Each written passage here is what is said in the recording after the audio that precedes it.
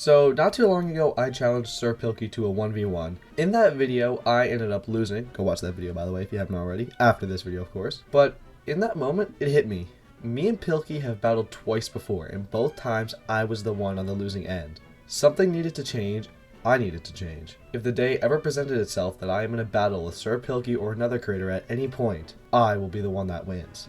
But for that to happen, first, I need to practice. The immediate idea I had was to do an entire lockout board, all 25 challenges, by myself. No matter how difficult they were, I would complete them. So that's what I did. And that very Saturday, I booted up Stream and started the challenge of Cuphead Lockout all challenges. Enjoy. Also, real quick, here's a picture of my board if you want to do this for yourself or just see what challenges I'm going for. The first challenge I spot is getting an A+ rank on every Isle 1 boss, which we'll need to keep in the back of our mind as we go through Isle 1. We get our coins from the apple guy and the first running gun. Once I beat the running gun, I read the challenge, reach Isle 3 with no upgrades. This means I will need to beat all of Isle 1 and all of Isle 2 with no new shots, no charms, nothing. During Goopy Legrand, I kind of made a silly statement, let's say. So we're currently 4 minutes in, and it's 2:07 right now. I don't think this will take more than 2 hours. I think overall this should be pretty quick. Anyway, we beat Goopy Legrand and then we go on to Hildeberg, where we will attempt to beat her without killing any of her minions and getting an A+ rank, which we almost do on the second attempt. Keyword almost. So, like I said, we were almost able to defeat her without killing any minions and getting an A+ rank, but instead we only get the no minions because I ended up getting hit. So we'll have to come back for that A+ rank later on in the challenge. After defeating the second running gun, we go on to Cagney Carnation, where we secure our second A+. In a weird twist of events, the Rupak is our third boss, which goes down with ease, and Ribby and Croak soon follow. Less than 20 minutes in, and we're already on to Isle 2. Things are looking pretty good for us. On Isle 2, we take out Baroness and Jimmy, both without any issue. After this, we notice that we can get a point by listening to the quartet song. So we pick up the missing member and sit down to listen to an amazing song. I love this song. Maybe go outside. Guys, I can't sing.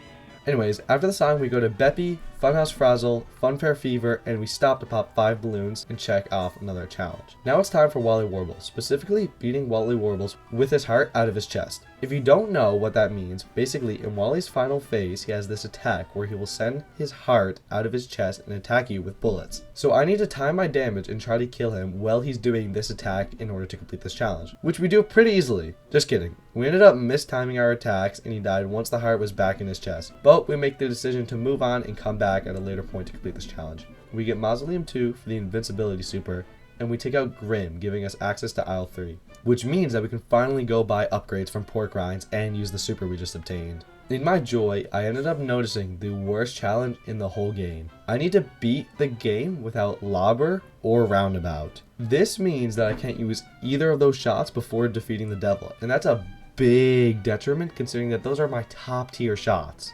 This also locked us out of a different challenge for a while, which is swing the roundabout EX 5 times, which we can no longer do until after we defeat the devil and get our roundabout and lobber shot back. We head back to Isle 1 to complete our running gun with Pacifist and without getting hit, which we do pretty spectacularly if I say so myself. With that, we got 5 challenges done, 20 to go, and are officially 20% done.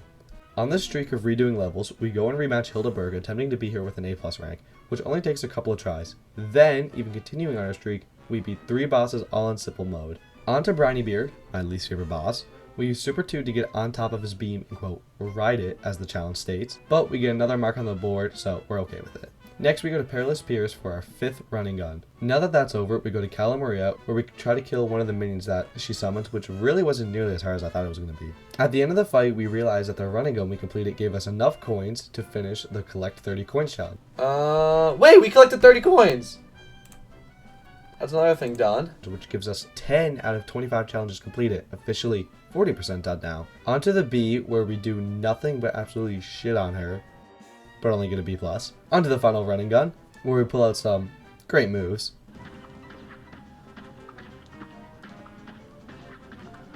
Yo, that's what's up! That was really cringe. After that outburst, claim the point for beating all running guns. Drop my controller. No! On Werner's first phase, we use the smoke bomb to dash through his charge attack without the springs to get a point. And with Werner defeated, the rest of the aisle goes down with no difficulty. Cal and Sally were nothing to me, but there was someone who took everything out of me. Someone who caused me to have a breakdown. Let me introduce you to the Phantom Express. Now I know what you're thinking. The Phantom Express is just a gimmick boss. There really isn't anything that difficult about him. All you have to do is move the little platform to your preferred position and parry the following items so that it doesn't move automatically on you. But what if you couldn't do that? What if you couldn't move the platform and the only way for it to move was for those following items to move it for you? Well, one of my challenges was to beat the Phantom Express without parrying the platform. And it took a while. Fail after fail after fail. We failed over and over and over again till finally we had this run. I can't parry that. Scratch my head.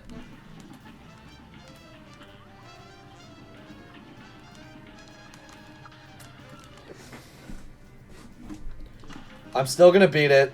I'm really upset. I didn't mean to do that. Due to my own mistake, I parried the platform and failed the challenge because I moved it. We still beat the boss, but it didn't feel like an accomplishment, knowing we will have to come back and get this challenge completed another time. On this low, we check our rank for all the bosses to see if we have at least A- on 30 bosses, which we do. This will give us access to the dual strip filter from this monocle guy. And if you see the bosses that we have a B on, and are wondering why we're still able to get the filter, it's because Pacifist counts as a higher rank than A-, so any Pacifist that we have can cancel out our Bs for us and cause us to skip a boss. We do King Dice with our dual strip filter, just for fun, and land on 1 every single time so we can do every single one of his mini bosses. Right after we got that point and defeated the monkey, we just have to land on 1 or 2 in order to hit the start over button to gain another point. Trying to go for a little 2-in-1 combo. You know, it should be easy considering we've hit ones over and over to fight every boss possible, so it really shouldn't be a challenge for us to do it one more time. No! The second I seen that 3, I knew what I've done. We use this chance to defeat King Dice and unlock the devil. We also technically beat King Dice without his bonus arts because even though we landed on them, we never actually used them and were able to stay alive with the base 3 HP that we were given. So we check this point off too.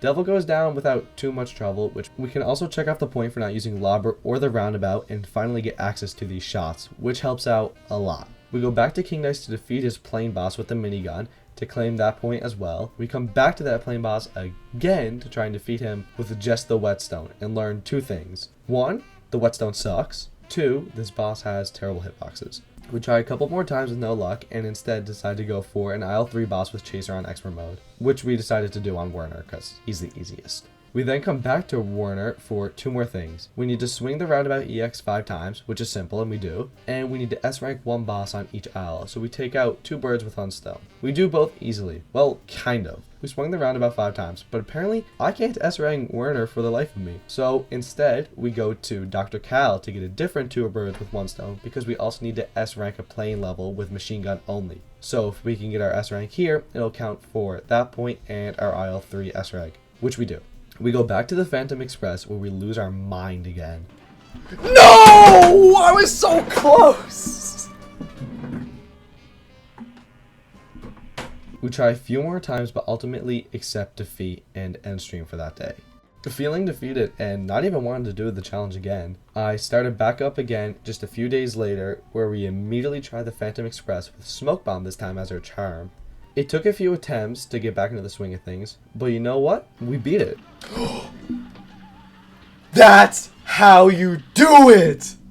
And without too much time spent on it too. On this gleam of glory, we go back to King Dice to attempt whetstone only again, which I only gave 1 attempt before giving up, but we still need to hit start over, so we do that instead. Now, the whole time I've been trying to complete this challenge with the whetstone only, there's been someone in my chat, and his name is Frank Moore. Frank has been suggesting I do Jimmy with the whetstone as he says it'll probably be the easiest. And the whole time, I just wasn't listening to him. And that was my biggest flaw. One thing came to mind. Well, 2 things. First is that I don't need to beat the boss on regular or expert mode. I can do it on simple mode. The challenge just states I need to beat the boss. Another thing I can use is kind of a forgotten feature in this game.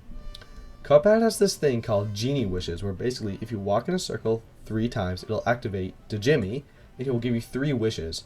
These 3 wishes will double your health on a boss fight that you do, but you only get 3. Unless you have already defeated the Jimmy on your save file. If you have, then you get infinite genie wishes, meaning that I can try the Jimmy over and over on simple with double health unlimited amount of times. The only stipulation is, again, we can only use the whetstone to deal damage. Now this still took a while, don't get me wrong, but this was a game changer for me, mentally and physically. On the winning attempt, we had this amazing strategy that involved resetting over and over till we got his cat's attack. We would run to specific locations to bait his attack to go there and just spam the whetstone on him as much as we could. And that's all it took to get through the first phase, pretty easily, and most of the time we wouldn't even get hit. The second phase was kind of similar. All it took was 2 parries in order to break through his totem, so as long as I was quick about it, I had more than enough time to break through. And since we were on simple, there was no saw blades to worry about. The third phase isn't that hard. It's definitely harder than the previous 2 though. As long as you're in the right position and you're using your attacks at the right time and just being conscious of other attacks that he's sending out, you can get through it, maybe getting hit once. But the final phase is something else. It's crazy hard with just the whetstone. See, we have to dodge the Jimmy's hat the entire time, and his puppet who shoots at us, and when he shoots, he blocks off a section of the map, cutting our space to dodge his bullets and the hat down even more. Now, we can get into that section of the map that he has blocked off by his bullets, and then we only have to worry about the hat spinning around and his bullets can't hit us, which is really good. It's a slow strategy, but it's consistent, and it was enough for us to be able to try the boss over and over. And what made it especially easy is when we accidentally glitched his hat into not moving, meaning that we can just unload everything onto the puppet without having to worry about being damaged. The hat eventually got unstuck, but the damage has already been done, and I owe this win entirely to that hat getting stuck. Oh! We did it! Now that we have finally gotten over our biggest hurdles, only 2 challenges remain. We S-rank Baroness and Goopy to claim that point for S-ranking 1 boss on each aisle, leaving us with just 1 boss to go. Defeat Wally Warbles with his heart out of his chest. Compared to everything else that we've done, this will be easy, as all I have to do is just time my attacks properly to kill him when his heart is out of his chest. And on the 4th release of his heart, we were finally able to put him down. It was close that his heart was almost back in his chest, but on a slow replay, you can see that we clearly beat him with his heart out of his chest. And we're able to finally claim our final point. I know the timer isn't on the screen anymore, but the total time for this challenge was about 3 hours and 32 minutes and 15 seconds if you want to get really technical. This was probably the hardest challenge I've ever done, and I strongly encourage you guys to try it with my board or your own board just to change it up a little bit. With that being said, thank you so much for watching, and goodbye.